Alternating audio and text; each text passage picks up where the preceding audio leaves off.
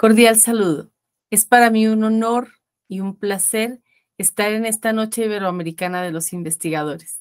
Mi nombre es Zulma Dueñas y soy la investigadora principal del grupo de Neurobiología y Comportamiento de la Facultad de Medicina de la Universidad Nacional de Colombia.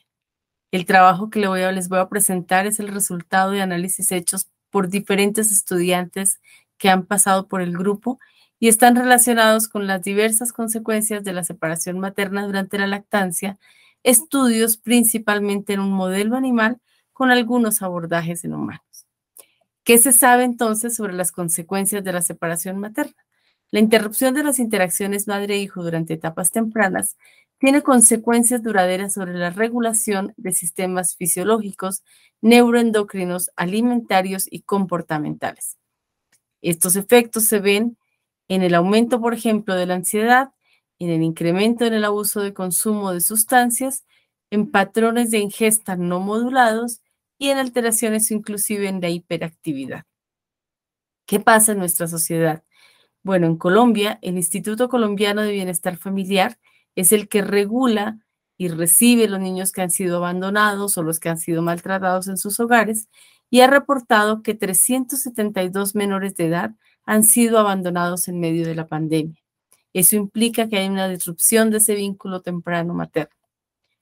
¿Cuáles son las causas de este abandono? No es claro si es por negligencia de los padres, por condiciones socioeconómicas.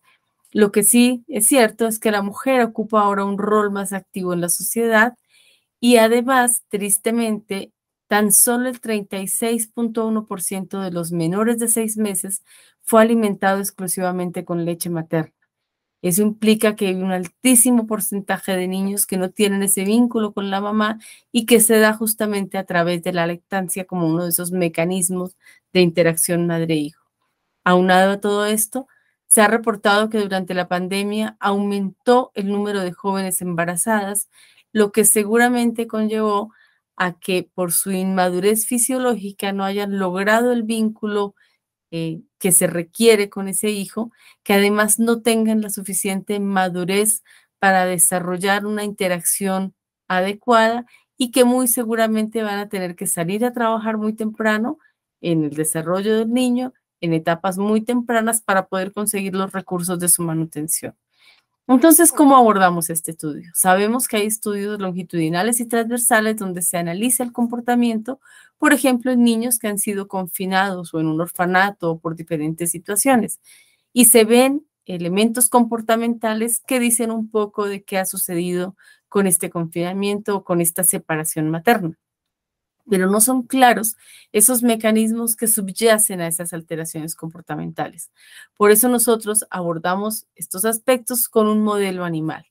En ese modelo animal utilizamos ratas Wistar, y lo que hacemos es separarlas de la mamá, separar la camada completa durante el periodo de lactancia, que es de 21 días. Entonces, desde el día 1 hasta el 21 se separan, el día 0 únicamente se sexan, se identifican por sexo, y luego, a partir del día 60, 50, dependiendo del abordaje que queramos analizar, pues podemos entonces evaluar comportamiento en diferentes laberintos, como el campo abierto, pruebas de memoria como reconocimiento de objetos, o ansiedad en el laberinto en cruce elevado, o memoria también en el laberinto de Barnes. Luego hacemos perfusión y fijación del tejido y hacemos cortes cerebrales para analizar esas áreas con base en el Atlas de Paxinos. Edwin Bautista, que fue uno de los primeros estudiantes de medicina que hizo internado en investigación, analizó los cambios en astrocitos. Y lo primero que identificó fue que efectivamente las hembras separadas y los machos separados tenían cambios en el número de astrocitos. En las hembras era menor y en los machos era mayor en la corteza prefrontal, y sucedía la reducción en el hipocampo con diferencias significativas en los machos, pero no en las hembras. Diego León quiso ver qué pasaba en las neuronas y particularmente estaba interesado en el sistema inhibitorio y por eso analizó la expresión de la subunidad alfa 1 del receptor GABA-A. Él encontró que tanto en hembras como en machos había una reducción de la expresión de este receptor, pero que las diferencias estadísticamente significativas en hembras estaban en todas las áreas menos en amígdala y en machos estaba en amígdala, en corteza prefrontal y en área preóptica. Asimismo, Jenny Patiño y Laura Corredor decidieron analizar cambios en el peso corporal porque se suponía que entonces iban a encontrar algunas diferencias, pero no las hallaron. El peso corporal era igual en las controles y en las separadas, porque en efecto el protocolo que nosotros utilizamos no desnutre a la ratica. La ratica cada 3 horas está lactando. Sin embargo, sí encontraron diferencias estadísticamente significativas en el peso del cerebro. Y por eso se fueron a analizar qué estaba pasando con la corteza prefrontal, con el hipocampo y con los ventrículos. Y encontraron que en todos, tanto la corteza como el hipocampo disminuía en su grosor, como el volumen en los ventrículos, tanto laterales como en el tercer ventrículo. Esos efectos se correlacionaban con esas diferencias en la inmunoreactividad para esta subunidad alfa-1 del receptor GABA, y estas son imágenes representativas de esas inmunistoquímicas. Juan Carlos Caicedo Mera, que hizo el doctorado en el laboratorio y que ahora es profesor de la Universidad Externado de Colombia y tiene su grupo de investigación en neurociencia social, estudió los efectos del estrés inducido por separación materna durante la lactancia, evaluando probables mecanismos involucrados en esa expresión diferencial asociada al género. En esta tesis, él trabajó a partir del modelo celular, el comportamiento animal y algo de aproximación en humanos. Entonces, él vio que efectivamente las hembras separadas eran un poco más ansiosas. Entonces, comportamentalmente, en el campo abierto se evaluaba el tiempo total que pasaban en el cuadrante central, tanto los machos separados como los machos control, las hembras separadas y las hembras control, en rojito hembras, en azul machos, y encontró que había diferencias estadísticamente significativas. Las hembras control y los machos separados pasaban más tiempo en el cuadrante central comparado con las hembras separadas que pasaban mucho menos tiempo y los machos control que estaban en un tiempo relativamente promedio. Los cruzamientos que tenían y que implican entonces que tanto el animal se expone, por ejemplo, a un depredador, como era el hecho de estar en el cuadrante central o cruzar muchas veces ese espacio, era mayor en los machos separados comparado con los machos control y menor en las hembras separadas comparadas con las control.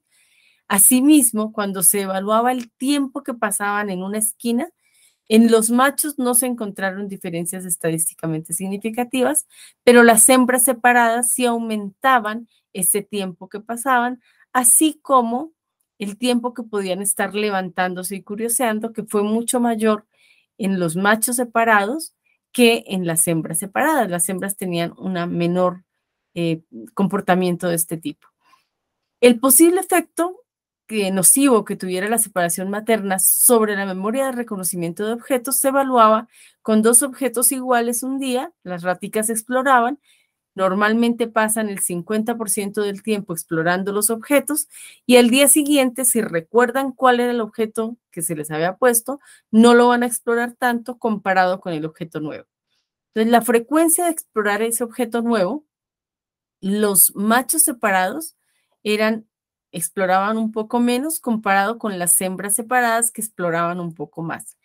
Y la frecuencia de explorar el objeto antiguo era un poco mayor en los machos separados comparados con los machos control, pero muy similar en machos separados y en hembras separadas. Al analizar entonces qué estaba pasando en astrocitos, pero particularmente en la microglía, podíamos, de acuerdo a los reportes que se han hecho, analizar tanto la microglía activa como la no activa como la reactiva. Y esta microglía reactiva la analizamos utilizando anticuerpos anti-IVA1 y mediante 2 análisis. Uno, el tamaño del soma y otro, las ramificaciones, utilizando el análisis de Scholl en hipocampo, particularmente giro dentado, y en corteza prelímbica. Esos cambios que encontramos en la ramificación astrocítica en estas 2 áreas fueron estadísticamente significativos y además se veía que efectivamente en ambos los índices de ramificación eran distintos. En el hipocampo, en el giro dentado, había un aumento notable.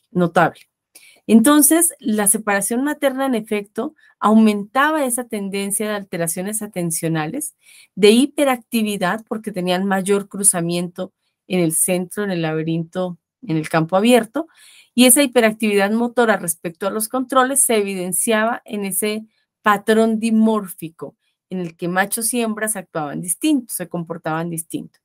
La separación materna también induce cambios en esa activación de la microglía a nivel de la corteza prefrontal y las ramificaciones astrocíticas en el hipocampo.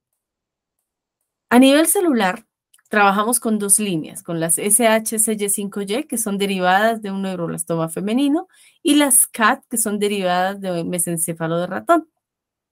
Estas dos requieren un tratamiento de 24 a 72 horas.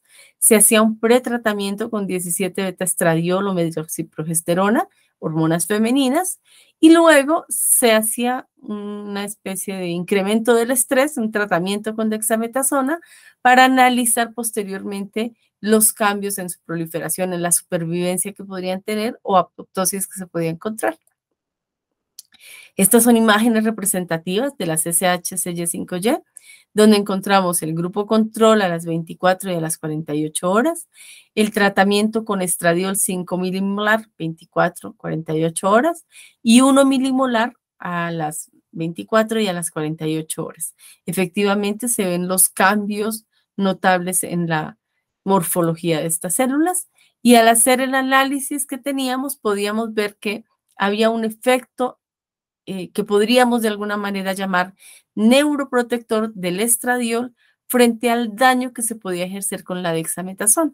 Entonces aquí tenemos el control, las protegidas con 17 beta estradiol, las que tenían solo dexametasona y luego las que tenían el beta estradiol más la dexametasona, que tenían prácticamente una mínima reducción en su capacidad de supervivencia.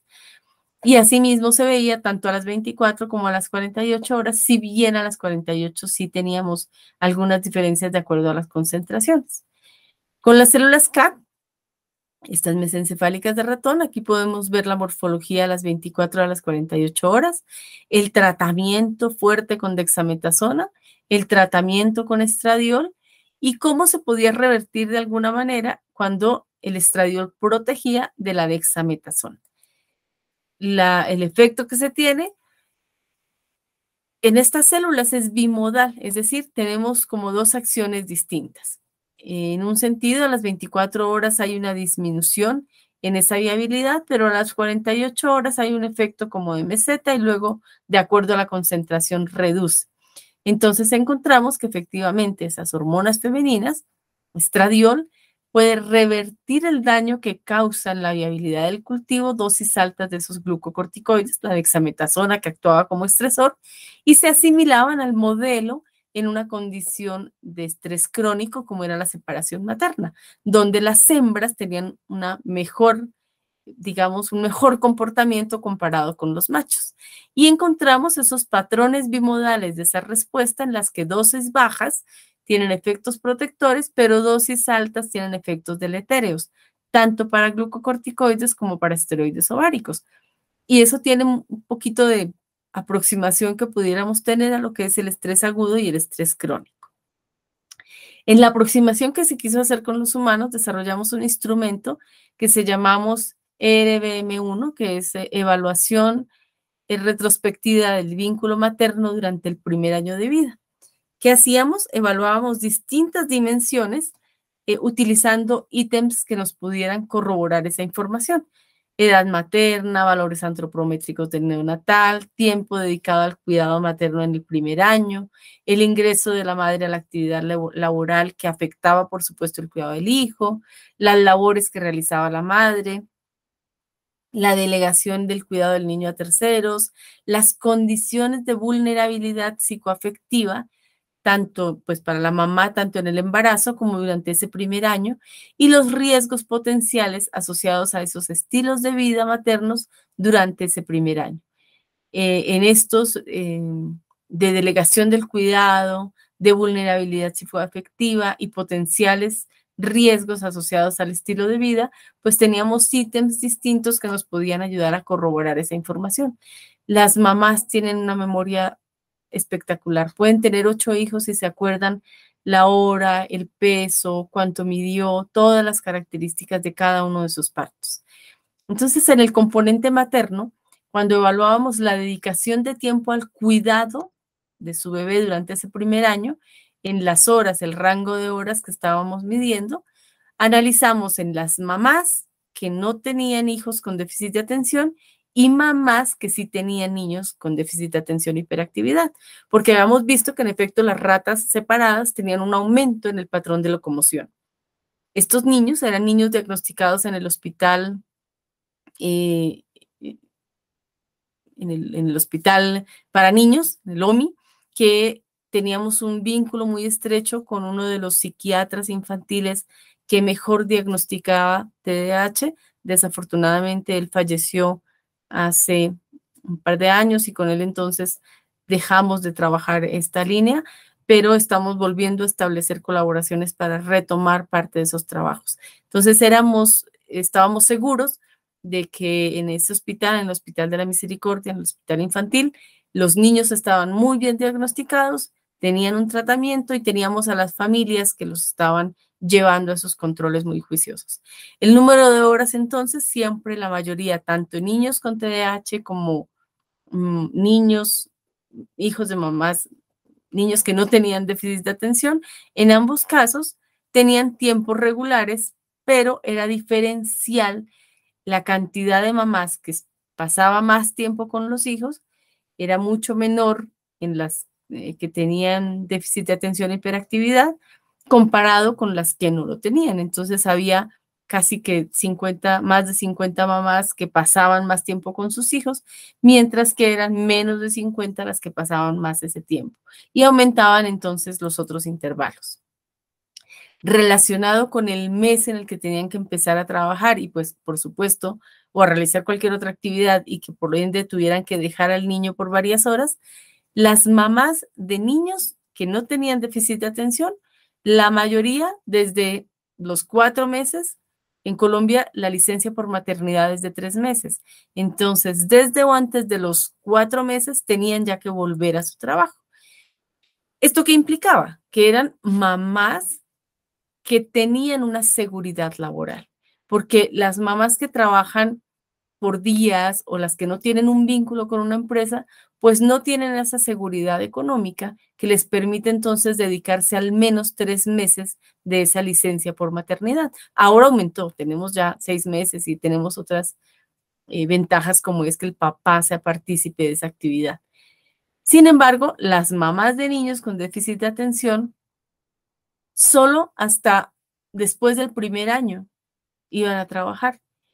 Este es un efecto que se puede analizar de 2 formas. Uno, pues que sí, que le dedicaban mucho tiempo, o 2, que no, que les tocaba quedarse en el hogar, pero además no tenían un seguro económico y esto pues aumentaba su nivel de estrés. Cuando analizábamos la frecuencia de estas situaciones de maltrato y de conflicto emocional que había en el hogar durante el primer año de vida del niño, encontramos que en las mamás de niños con déficit de atención e hiperactividad incrementaban las respuestas de algunas veces, muchas veces o siempre, comparado con las mamás de niños que no tenían este déficit, porque aquí eran muchas menos las que decían algunas, muchas o siempre, y en cambio aquí era un grupo mucho mayor de mamás. Cuando analizábamos la frecuencia de esos síntomas depresivos que hubieran podido tener durante el embarazo, las mamás con niños que no tenían déficit de atención, pocas veces, algunas veces habían tenido esos síntomas depresivos, mientras que las mamás con niños con déficit de atención, muchas y algunas veces se incrementaban esas respuestas. Quiere decir que vivían con un estrés distinto, con una depresión distinta. Y eso sin duda estaba afectando a sus hijos. La frecuencia de estos síntomas en el primer año de vida del niño. Una cosa era en la gestación, pero ahora durante el primer año de vida. Pocas veces en las mamás de niños sin déficit de atención, pero algunas y muchas sí incrementaban en los niños, en las mamás de los niños con déficit de atención. ¿Qué hicimos con los niños? Dijimos, bueno, vamos a ver cómo está su nivel de respuesta ante el estrés. Y para eso lo que hicimos fue tomar una muestra de saliva antes de realizar dos pruebas. La primera prueba, que era una prueba matemática. Estos niños son muy pilos, responden muy bien a ejercicios matemáticos, pero se estresan cuando les dictan el ejercicio. Entonces, que ellos tuvieran que copiar el ejercicio, el problema matemático de acuerdo a su grado escolar. Eso les implicaba un estrés distinto para luego desarrollarlo. Y además tenían que recordar frente a una cámara un evento estresante que les hubiera sucedido en el colegio, o bullying, o que hubieran perdido un examen y necesitaban pasar la asignatura, alguno de esos eventos, porque sabemos que el cortisol igual cuando uno recuerda esos eventos estresantes se incrementa. Y 20 minutos después les tomábamos una segunda muestra de saliva y comparábamos el estado basal con el estado reactivo. Encontramos que el estado basal era alto comparado con el estado reactivo, donde disminuía. Y al hacer el análisis separando hombres de mujeres, era alto en ambos casos, pero tenía un patrón diferencial en los hombres, donde bajaba súbitamente, mientras que en las niñas se mantenía. ¿Eso qué quiere decir? Que hay unos patrones de reactividad descendente o ascendente dependiendo de si son niños o si son niñas. Ese patrón descendente y ese patrón ascendente que varía en hombres disminuye después del estrés y en mujeres aumenta un poquito después del estrés. Esas variables que nosotros podemos relacionar con ese patrón descendente de reactividad hormonal que están asociadas al sexo masculino, con signos de afecto depresivo materno, con el ingreso laboral tardío, lo que implica entonces una inseguridad económica, con la percepción alta de afectación del ingreso laboral, el riesgo que se tenía del vínculo materno por el ingreso, con la comorbilidad como la depresión o la ansiedad, con el tratamiento farmacológico que pudieran tener. Y todo esto entonces, en efecto, nos hace entender por qué esos patrones de reactividad hormonal son distintos. Irene Riveros volvió al modelo animal y entonces ella analizó qué pasaba con las diferentes hormonas de este sistema neuroendocrino en adolescentes y en adultos. Entonces tenemos machos jóvenes control, machos jóvenes separados, hembras jóvenes control y hembras jóvenes separadas. Igual, comparó los machos adultos, control, machos adultos separados, hembras adultas control y hembras adultas separadas. Esto se mantuvo para las 4 hormonas que medimos y se vieron cambios en corticosterona, por ejemplo, sobre todo en la edad adulta, permanecen en algunas con un diferencial, pero sobre todo se vieron en la edad adulta. Pero en ACTH, por ejemplo, se vieron en todas, tanto en jóvenes como en adultos, en machos y en hembras. En oxitocina, esta hormona tan importante para establecer estos vínculos sociales, también se vieron alteraciones en las hembras adultas separadas comparadas con las hembras adultas control y con las jóvenes, y también se vieron alteraciones en la vasopresina en todos los grupos, tanto en machos y hembras, jóvenes y adultos, separados y no separados. Esto nos hizo ver entonces que sí hay una alteración más allá del comportamiento y que esa alteración puede estar dada por esos cambios hormonales que se están generando. Y cuando fuimos a ver esos cambios en el recuento celular en diferentes áreas, ya contando tanto astrocitos como neuronas completicos, este grupo de estudiantes de la carrera de medicina analizaron muchas de estas áreas, tanto para GFAP como para neuronas en machos y en hembras, y encontraron diferencias estadísticamente significativas en áreas como la amígdala, el área corteza prelímbica, en hipocampo, en las diferentes estructuras del hipocampo. Cuando además vimos que había una alteración hormonal, que había cambios en el número de astrocitos, glia activada, receptores de GABA, todos esto en conjunto dijimos, bueno, ¿y qué estará pasando con ese sistema de recompensa, ¿no? Esas adicciones que se pueden estar desarrollando. Y nos fuimos a analizar preferencia por sucrosa, por aspartamo y el incremento que podríamos o no ver en la glucosa sanguínea. Laura Haya decidió hacer esos análisis y entonces midió en machos y en hembras separadas y no separadas. Las separadas son las que están en las barritas oscuras, la concentración de glucosa, y en todas se veía que aumentaba, y cuando incrementaban el consumo de agua o de sacarosa o de aspartamo, también vio que incrementaba la concentración de glucosa en la sangre. Cuando quiso ver la preferencia, efectivamente todas aumentan la preferencia por el consumo del edulcorante, de las sustancias dulces, pero en las hembras, por ejemplo, se mantenía casi que 50-50, a la par ese consumo entre agua y aspartamo o entre agua y sacarosa, porque se les dejaban las dos botellitas. Al hacer el análisis comportamental, se vio que no solamente la separación materna que había inducido esa preferencia por el consumo se asociaba con el incremento de la glucosa y la hiperactividad. Lo que ya habíamos visto en niños, ya habíamos visto en las ratas solo separadas, también lo asociábamos aquí con el consumo de los edulcorantes.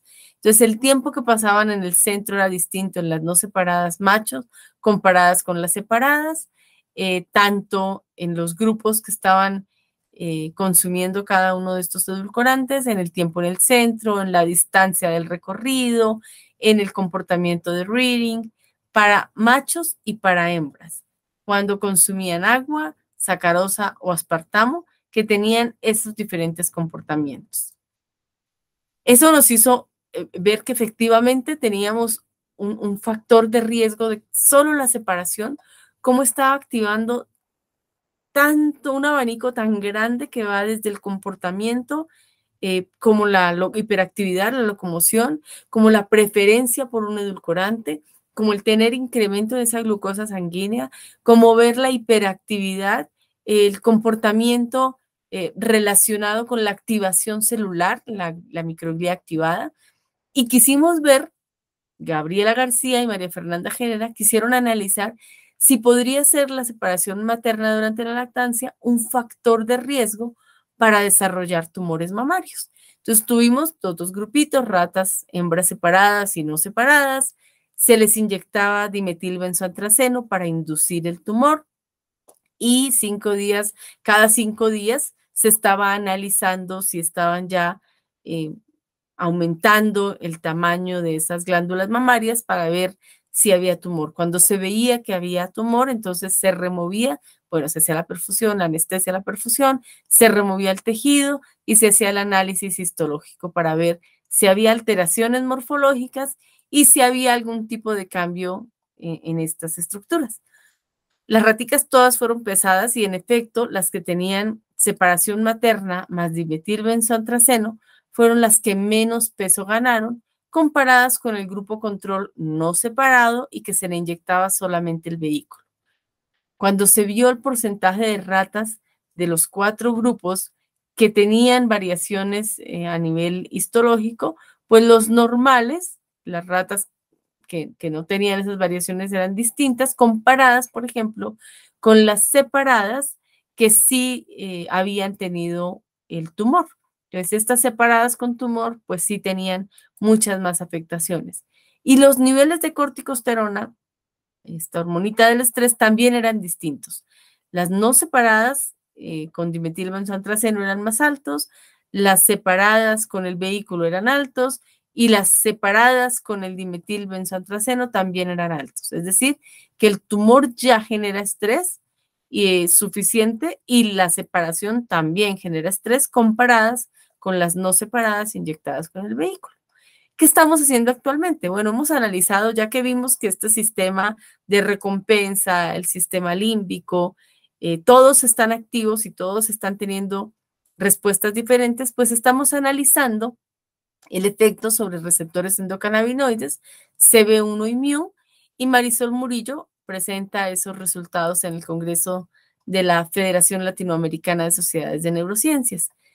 Se está analizando también la separación materna como factor de riesgo para desarrollar infecciones gastrointestinales y además el factor de riesgo para aumentar el consumo de glutamato monosódico que es tan ampliamente utilizado.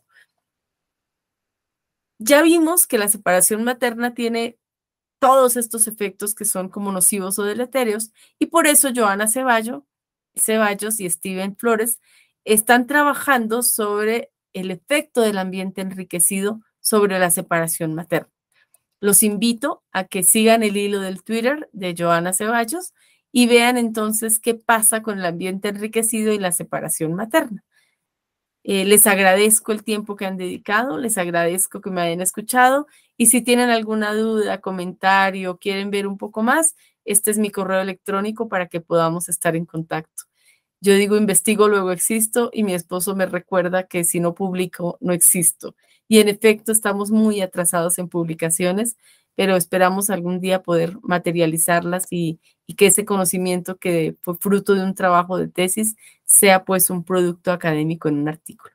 A todos les agradezco su atención y que sea una excelente jornada. Muchas gracias.